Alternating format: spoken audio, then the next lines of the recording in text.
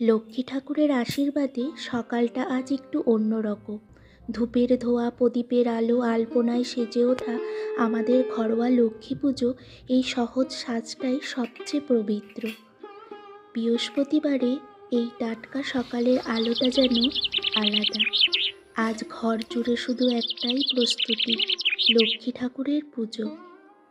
ঠাকুরঘর সাজানো, পায়ের আলতা ফুটে ওঠা সেই চেনা লাল রং, যা শুধু সাজ নয়, সব মিশিয়ে যেন একটা ছোট্ট ব্রত, যেখানে বাঙালি তার মাকে নিজের মতো করে সাজিয়ে নেয়। সুগন্ধি জল ঢালতেই মনে হয় জ্যোতি আর দীপ্তময় মায়ের মুখে উজ্জ্বল হয়ে উঠেছে। স্নানের শেষে মা লক্ষ্মীকে মায়াময় করে সাজানো হয়। লাল সিঁদুরের আলতা রাঙা শুভ ছোঁয়ায় আজ যেন মা নিজেই উপস্থিত আছেন।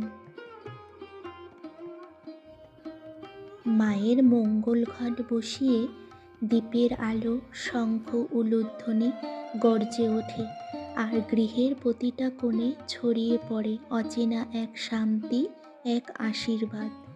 মা, তুমি যেখানেই থাকো সেখানে অভাব থাকে না, থাকে কেবল আলো, মঙ্গল আর সমৃদ্ধির পথ।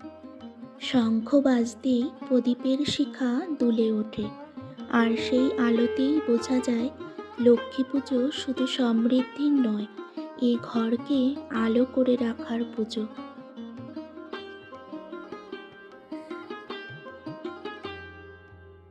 সবশেষে মনে হয়, যতদিন বাঙালি আছে, লক্ষ্মী পুজোর এই আবেগ কখনো হারাবে না।